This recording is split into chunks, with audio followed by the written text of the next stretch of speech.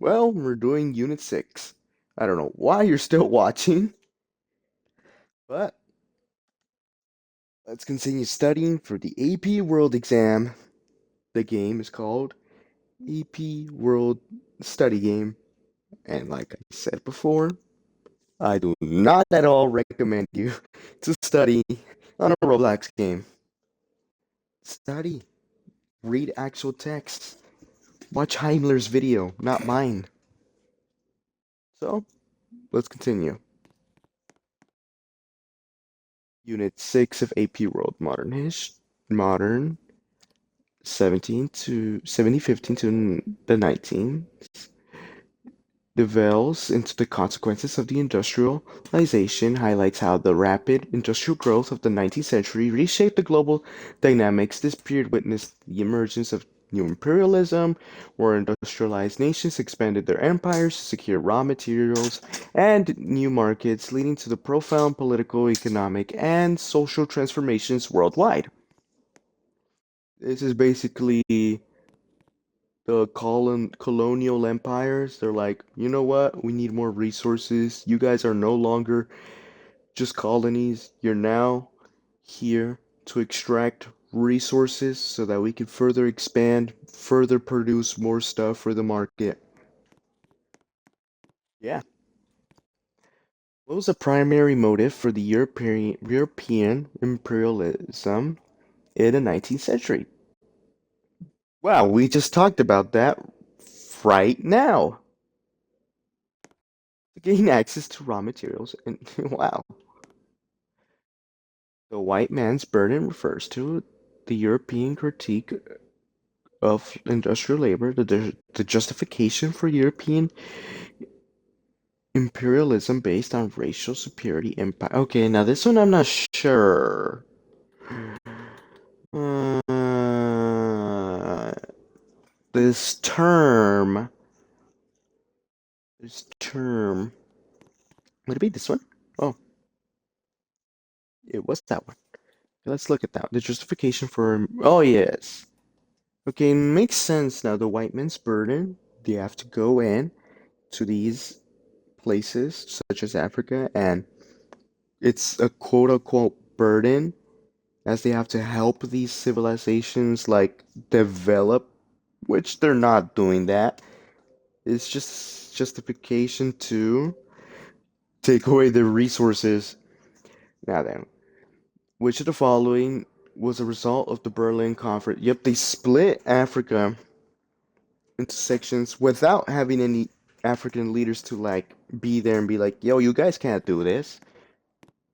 Which empire expanded its territory into Central Asia and the Caucasus during the 19th? Ottoman was more like in the middle. I think it was Russian Empire. Yep, the Russian Empire. The construction of railroads in the colonies primarily served the interest of colonial colonial powers. How did how did indigenous responses to the imperialism vary in the 19th century? It included both violent and resistance and accommodation. Completely crushed with no lasting. No, they had their resistances. Which rebellion was a direct response to the British imperialism in India? Mm, India.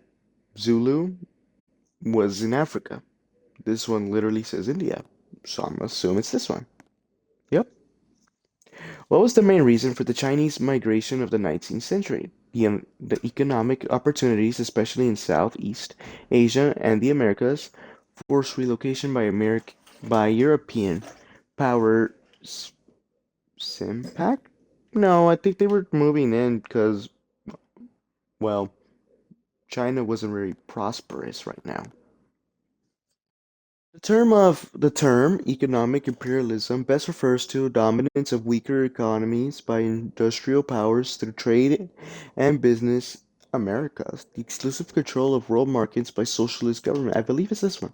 Yep, I was right. Which was a major consequence of imperialism on colonized societies, rapid industrialization, and independence. Business, America. Didn't they have put a little bit effort in like placing some of the words? Disruption of traditional. I believe it was this one. Hmm. Yep. Industrialization, technology advancements, second wave of industrial revolution. La, la, okay. The innovation discussed in the passage most directly contributed to what passage? You have to go back. What do you mean? The innovation discussed in the passage most directly contributed to which goal? What passage? What was their Did they just copy and paste the questions? Like what passage? Oh wait. What innovation discussed in the passage most directly contributed to which global development? What? See, this is why you don't want to study in these. We're just gonna have to guess now. Oh, I got it right. It was C. The spinning jenny and the power loom were significant because were they A. Reduced the demand for cotton from colonies, B. Mechanized textile production, increasing efficiency, C. Encouraged subsistence farming in rural areas, D. Were primarily used in household cottage industries. I believe it was A. No, not A. B. And I was right. How did the Bessemer process impact industrial economies in the 19th century? It enabled the first electronic communication devices. It decreased the importance of coal as a resource. It facilitated the construction of railroads and skyscrapers. It led to the innovation of the combustion engine. Yeah, bro. The Bessemer process, I think that's how you pronounce it. I don't know that one. That wasn't really touched, I think. Not at all mentioned in my textbook. So we're gonna have to guess again. Maybe it's D? D? No, not D. C? No, not C. B? Not B. So it was A.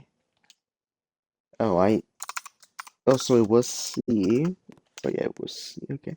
Which innovation in agriculture was directly contributed to the population growth during the Industrial Revolution? The seed drill and mechanical reaper. This is talking about agriculture. Three of these are not even related to agriculture, so it's kind of obvious. The invention of the telegraph and the telephone primarily benefited A. Rural subsistence farmers, colonial administrations, and plantation owners. C. Global communication and economic coordination, military expansion and It's either B or D. Let's start with B. Okay, it's not B. Is it D? No, it's not even D. So, C. I don't think farmers were that wealthy to own them. Yeah, not yet, at least. The rise of capitalism and free market policies in industrial economies most directly encouraged government control of all business activities, entrepreneurship, investment, and innovation, the end of private property, the decline of global trade. No, capitalism was like free market stuff. Government in control, that's more communist. So A is not it. I believe it was B. Yep. What is one major demographic effect of industrialization during the 19th century? A increase of rural isolation, the speed of nomadic life. Okay, we can scratch off B already. Nobody's living a nomadic lifestyle during this time. Rapid urbanization due to factory-based employment, widespread abandonment of cities in favor of farmland. Okay, we can scratch out D again. C seems to be the right answer to me. Yep. Which of the following was a positive economic effect of industrialization for some groups? A. Rising living standards for certain segments of the population. B. Decreased global trade networks. C. Widespread land redistribution. No, that's C. We could scratch that off. D. Elimination of income inequality. Okay, C and D we can scratch off. C because they were the countries were actually taking those lands for industrialization. D, there was obviously still poor people working at those factories. A seems to be more like the answer. Okay, put a slash on that. Yep, A. What role did improved transportation networks like railroads and canal play in the industrial era? They facilitated the spread of feudalism was is long gone, so we could scratch that off. They ended the need of maritime trade. No, scratch that off as well. We still need that. They isolated urban centers for rural protection. They connected regions, moving goods, people, and ideas.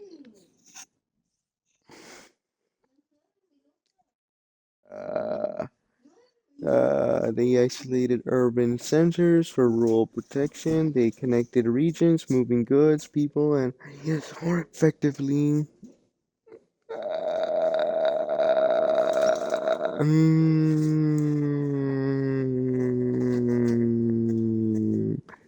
Well, I believe it's D. Let's wrap this up real quick because it's time for me to sleep and get ready for the rest for tomorrow as I have the AP exam. Joint stock companies and exchanges were significant during the industrialization because they replaced traditional banking institutions, encouraged worker ownership of factories, provided merchants to pull capital for large. See? Yep. One consequence of the division of labor in factories was greater efficiency, but more repetitive and increased job variety for workers, higher levels of creativity in the workspace, the return of just put A. Okay, got that right. Oh boy, we still have a lot more to go. Okay, speed run this real quick. Whew. Which ideology that emerged during the industrialization emphasized individual rights, free market, and liberalism? Socialism in the 19th century was most directly called for collective ownership of a means of production, the returns of feudal structures. No, it wasn't that one. Okay, we know it now. It was liberalism, collective ownership. Okay. What was the core belief of Marxism as developed by Karl Marx? Capitalist society should be overthrown by the working class. Private property was the key form of human freedom. Nope. Overthrow them. Communism. Which of the following reflects increased political consciousness along working class during the industrialization? This one? No. Okay. British. I don't know that one. But okay. No, it wasn't even Christian. The Karsten movement in Britain. And that's it. Unit 6. After the test, I'll finish Unit 7, 8, and 9. But for now, that's it, folks. I hope you enjoyed this. Uh, Slop, remember, actually study for the test and not watch this. And yeah, feel free to subscribe. Have a great rest of your day. Bye.